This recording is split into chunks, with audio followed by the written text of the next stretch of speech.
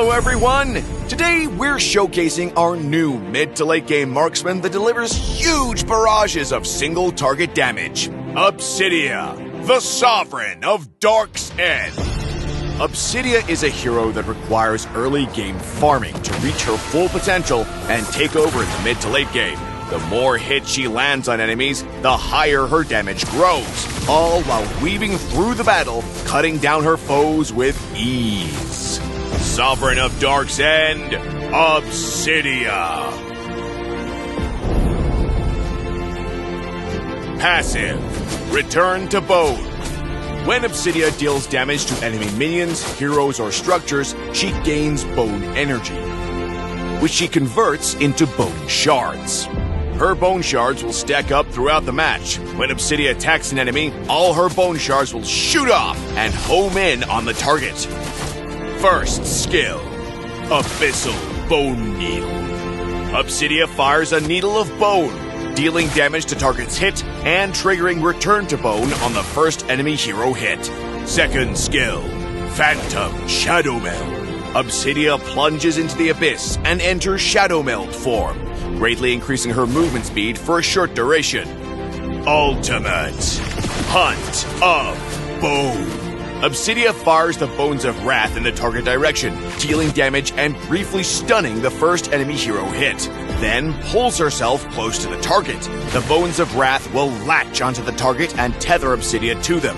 Obsidia will be locked to a certain distance from the tethered enemy, and the enemy will be unable to use dash or blink skills. When the enemy moves, Obsidia will move with them. During the laning phase, use Obsidia's first skill often on enemy minions and heroes to quickly stack her passive. When the enemy's HP drops low enough, use Obsidia's second skill and ultimate on them and finish them off with basic attacks.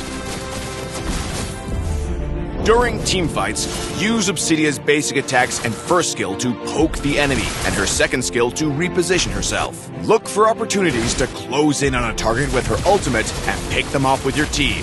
Finally, use her mobility and powerful basic attacks to clean up the remaining enemies. Obsidia excels at single target damage in the mid to late game and possesses solid mobility, so mastering the transition to the mid game is crucial to her success.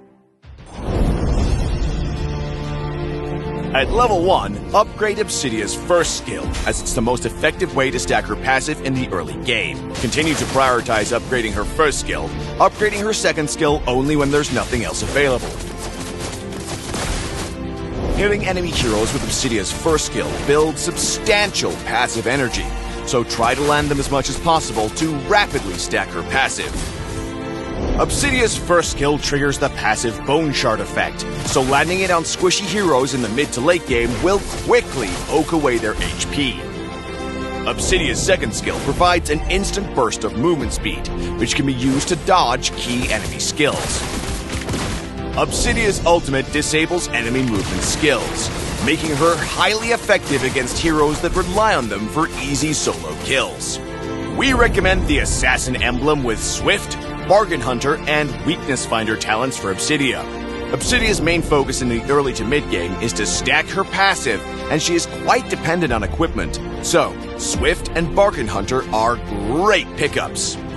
As Obsidia's passive stacks up, her basic attacks will hit many times, allowing her to quickly reduce Weakness Finder's cooldown and greatly boost its effectiveness. The extra hits from Obsidia's passive Bone Shards are the core of her damage. Compared to other marksmen, Obsidia's basic attacks can hit many more times, so having equipment that boosts crit and attack will maximize her late game burst potential. Therefore, we recommend this build. Berserker's Fury and Windtalker are her core equipment. Berserker's Fury offers essential attack and crit attributes to synergize with Obsidia's multi-hit damage. Windtalker's attack speed and crit attributes are great for her damage output as well. Haas's Claws offer excellent sustain, while Malefic Gun's physical penetration makes Obsidia more effective against tanks. Finally, Rose Gold Meteor provides her with extra survivability. We also recommend this specialized basic attack effect build for Obsidia. This build will be more effective in matches that require sustained combat. Corrosion Scythe and Demon Hunter Sword are the core of this build. Since Obsidia deals multi-hit damage, she can consistently trigger the passive effects of both Corrosion Scythe and Demon Hunter Sword, while Golden Staff's attack effect synergizes perfectly with her kit. Like our previous equipment build, both Malefic Gun and Rose Gold Meteor can work well with Obsidia. We recommend the Purify battle spell for Obsidia. Since Obsidia already has some decent survivability and burst damage, Purify CC removal can significantly boost her potential in teamfights. Vengeance is another solid choice for Obsidia. Since Obsidia's ultimate will tether her to an enemy and cause them to engage on her, Vengeance's damage reduction will provide a lot of value in these encounters.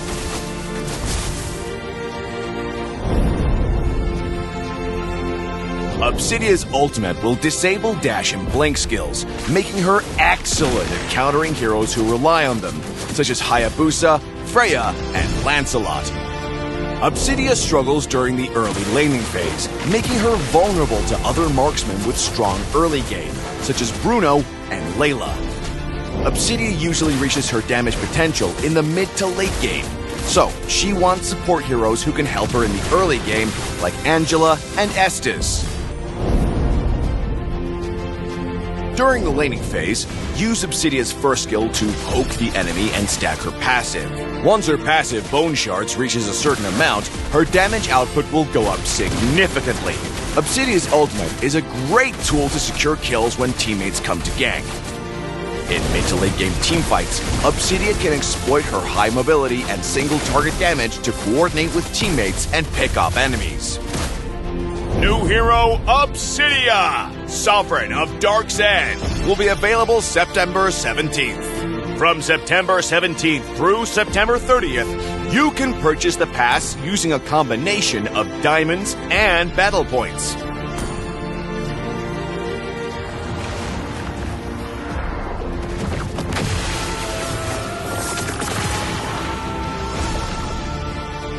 After unlocking the pass and reaching the required total logins, the diamonds spent will be fully refunded, so you can get Obsidia for as little as 0 diamonds. Please note, Obsidia can still be purchased for 32,000 BP, but you will no longer be able to get the pass or the login diamond rebate event. Obsidia's Undying Remnant skin will be on sale for only 51 diamonds in the first 2 weeks. It's time to forge a new abyss with Obsidia. And until next time, we'll be seeing you in the Land of Dawn.